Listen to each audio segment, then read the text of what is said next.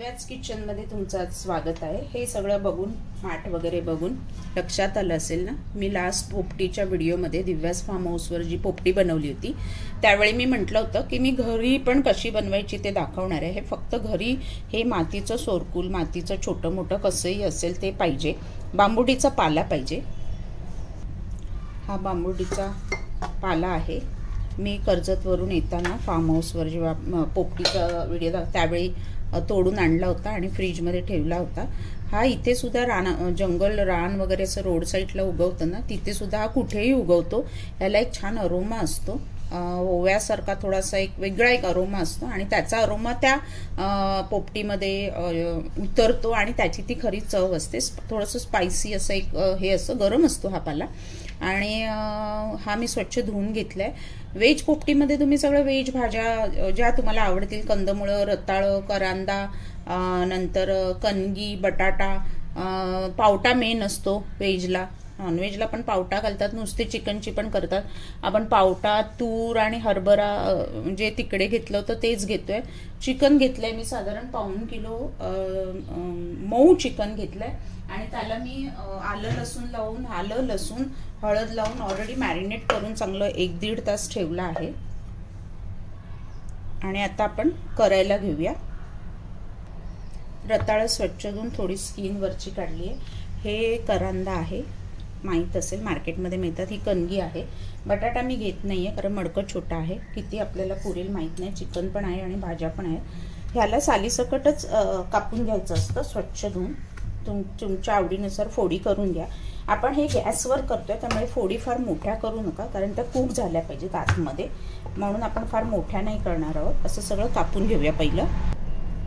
अशा मी थोड्या छोट्या करते कारण शिजल्या पाहिजेत म्हणून। तर आता मी सगळं पहिलं कापून घेते। इनबॉक्समध्ये देते मी काय काय घेतलंय, तुम्ही तुमच्या आवडीनुसार अंदाजाने कसं पाहिजे तसं घ्या। उबाडियो तर माहिती असेल गुजरातमध्ये, त्याच्यात पण बरंच असं काय काय असतं, तर तुम्ही इकडे तिकडे काही करू शकता। आता मी पहिलं हे जे कंद आहेत आपले ती कट करून घेते छोट्या छोट्या साईजमध्ये।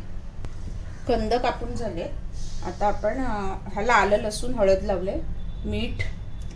आता ह्याच्यामध्ये आहे ना, तुम्हाला जे हवं ते तुम्ही मसाला, लाल तिखट, दही आवडीनुसार, ग्रीन चटणी,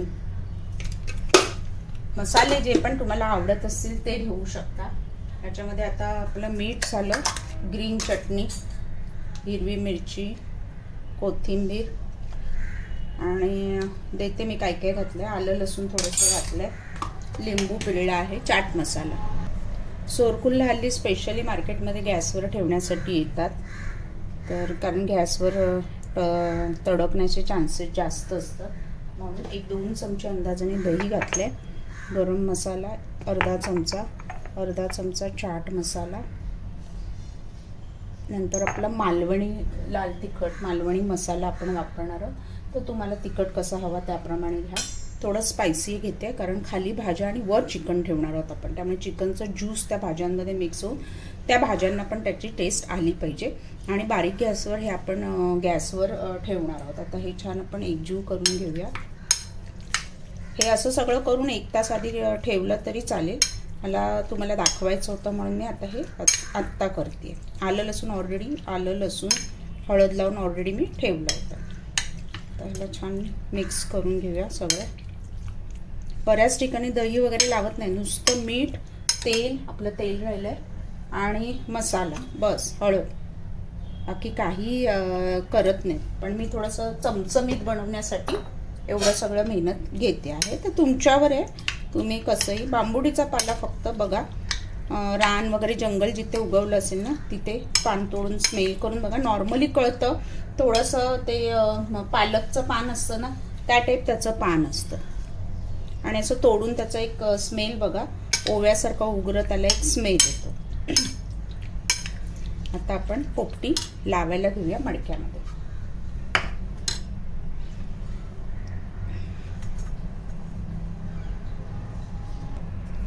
खाली सगळी पानं लावून घेऊया।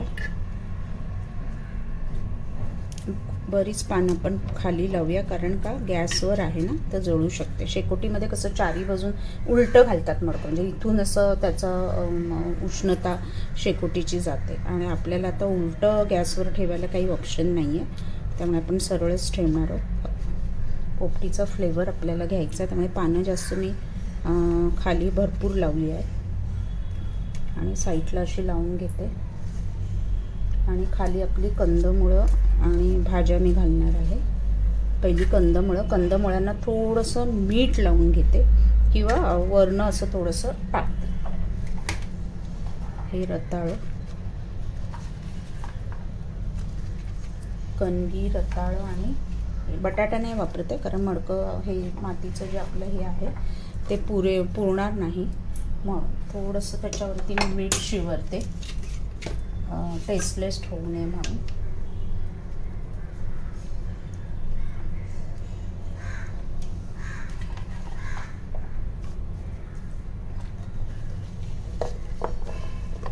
आणि त्याच्यावर आता आपला पावटा म्हणजे आपल्या भाज्या, परत थोडं मीठ,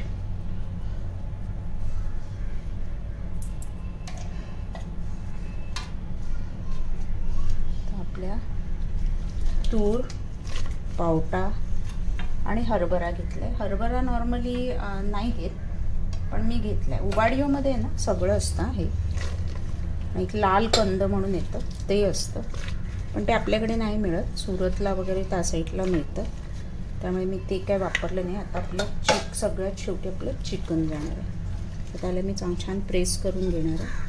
बघा मडकं भरलं ऑलरेडी, त्यामुळे जास्त काय वाढवण्यात पॉईंट नाही. आता ह्याला थोडंसं मीठ शिवरायचं आहे आणि थोडंसं ऑइल मी वरनं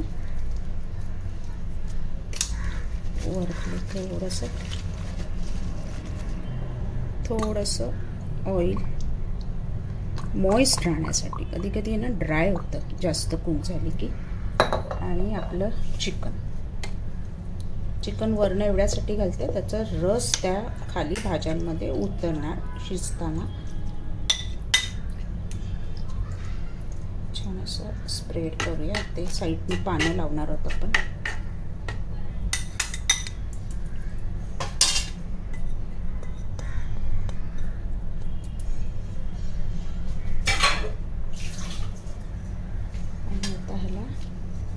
पानं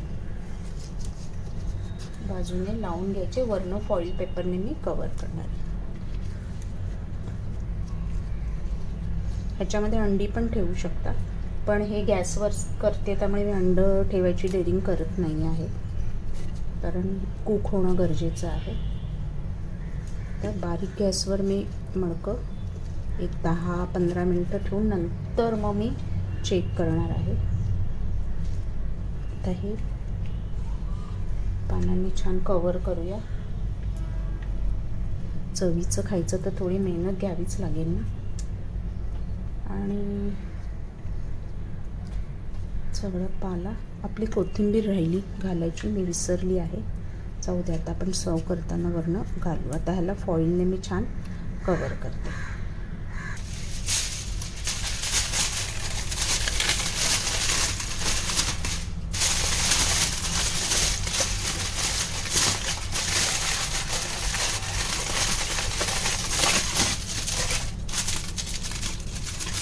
स्टीम बाहेर गेली नाही पाहिजे. आणि अजून वरून एक फॉईल लावते. लास्ट उरलेली आपली फॉईल आहे, थोडंसं आहे तिला वरून, कारण स्टीम गेली नाही पाहिजे. अजून एक फॉईल परत लावते मी. छान चारी बाजूने फिट करा. अजून एक फॉईल लावूया आपण, ही कमी पडेल.